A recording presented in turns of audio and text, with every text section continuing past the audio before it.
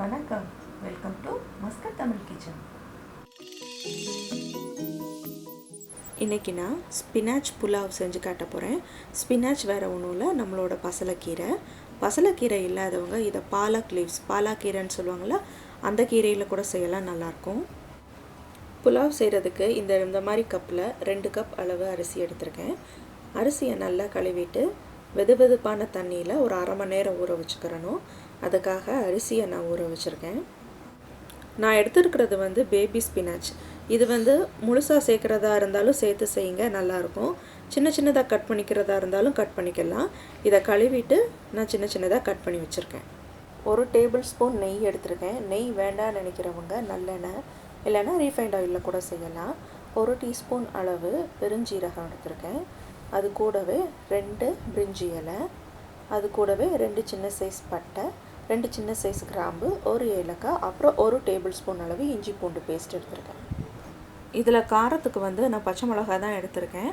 பச்சை மிளகாய் உங்கள் காரத்துக்கு ஏற்ற மாதிரி நீங்கள் சேர்த்துக்கோங்க. புதினா, கொத்தமல்லி அதை கட் பண்ணி வச்சுருக்கேன். பெரிய வெங்காயம் ஒரு மீடியம் சைஸ் பெரிய வெங்காயத்தை நல்லா ஸ்லைஸ் பண்ணி வச்சுருக்கிறேன். அப்புறம் கீரை நான் சின்னதாகவும் வெட்டியிருக்கேன். ஒரு சிலதை அப்படியே முழு இலையாகவும் போட்டிருக்கேன். நீங்கள் அது மாதிரி செய்யணும்னா செஞ்சுக்கோங்க. புலாவுக்கு தேவையான தேங்காய் பால் நான் 2 கப் அரிசி எடுத்திருக்கேன்னா அதில் 4 கப் தண்ணி சேர்த்து வேக வைக்க போகிறேன். அந்த 4 கப்பில் 2 கப் நான் தேங்காய் பால் எடுத்திருக்கேன், 2 கப் தண்ணி எடுத்துக்க போகிறேன். இப்போ நீங்கள் 1 கப் அரிசி எடுக்கிறீங்கன்னா அதுக்கு 1 கப் தேங்காய் பால், 1 கப் தண்ணி, அதுதான் அளவு. இந்த புலாவை நான் குக்கரில் தான் செய்ய போகிறேன். அதுக்கு குக்கரை சூடுபடுத்தியிருக்கேன். குக்கர் சூடானோடனே வச்சுருக்கிற 1 டேபிள் ஸ்பூன் அளவு நெய் அதில் சேர்த்துட்டேன். நெய் நல்லா சூடான உடனே வச்சுருக்கிற ஹோல் ஸ்பைசஸ் எல்லாம் அதில் சேர்த்து நல்லா பொரிய விடணும். ஹோல் ஸ்பைசஸ் எல்லாம் பொரிஞ்சிட்டு இருக்கும் போதே அதில் வெங்காயம், பச்சை மிளகா 2த்தையும் சேர்த்து கொஞ்சமாக உப்பும் சேர்த்துட்டு நல்லா வதக்கணும்.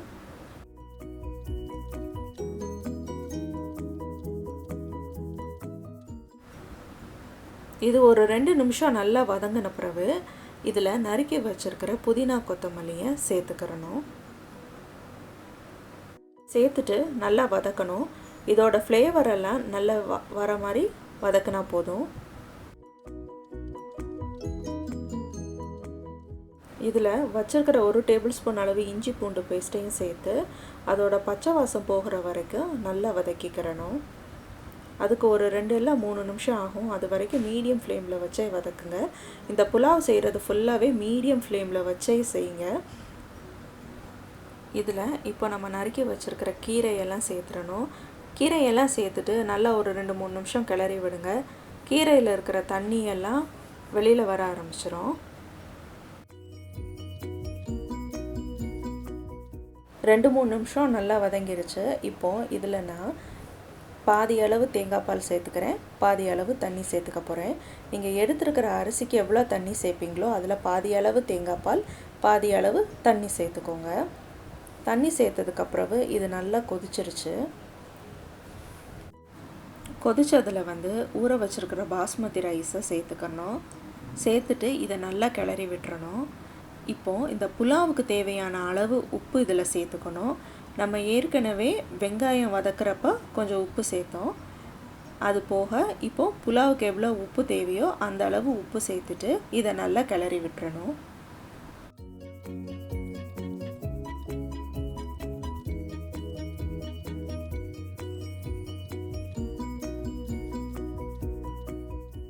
அஞ்சு நிமிஷம் மீடியம் ஃப்ளேமில் அப்படியே வச்சுருக்கேன். இப்போ இதில் நல்லா கொதிக்க ஆரம்பிச்சிருச்சு. இந்த மாதிரி நல்லா கொதி வந்ததுக்கப்புறம் நம்ம குக்கரை மூடியால் மூடிடுங்க. கேஸ்கட்டெல்லாம் போட்டே மூடிடுங்க. மூடிட்டு உங்கள் குக்கரில் விசில் வரும் அப்படின்னிங்கன்னா வெயிட் போட்டு ஒரு விசில் வச்சு எடுத்தால் போதும். நல்லா உதிரான புலாவு வந்துடும். அப்படி விசில் வராதுங்கிறவங்க மீடியம் ஃப்ளேமில் 10 நிமிஷம் வச்சுட்டு சிம்மில் ஒரு 5 நிமிஷம் வச்சு எடுத்துருங்க. புலாவ் நல்லா ரெடி ஆயிரும். நான் இதை ஒரு விசில் வச்சு எடுத்திருக்கேன். இப்போ என்னோடய புலாவ் எப்படி வந்திருக்குன்னு பார்க்கலாம். இப்போ இதை நான் ஓப்பன் பண்ணி பார்க்க போகிறேன். ஓப்பன் பண்ணோடனே நல்லா ஃப்ளேவர்ஃபுல்லாக இருக்குது. தேங்காய் பால் சேர்த்துருக்கிறதுனால இது கொஞ்சம் க்ரீமியாக இருக்கும். சாதமும் நல்லா வெந்திருக்கு.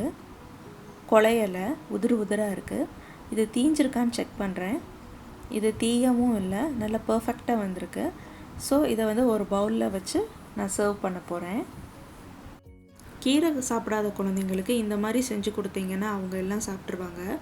இதுக்கு வந்து முட்டை கிரேவி, சிக்கன் கிரேவி அந்த மாதிரி கூட நல்லாயிருக்கும். வெஜிடேரியனில் பார்த்தீங்கன்னா பன்னீர் பட்டர் மசாலா அந்த மாதிரி கிரேவிஸ் எல்லாமே இதுக்கு சூட் ஆகும்.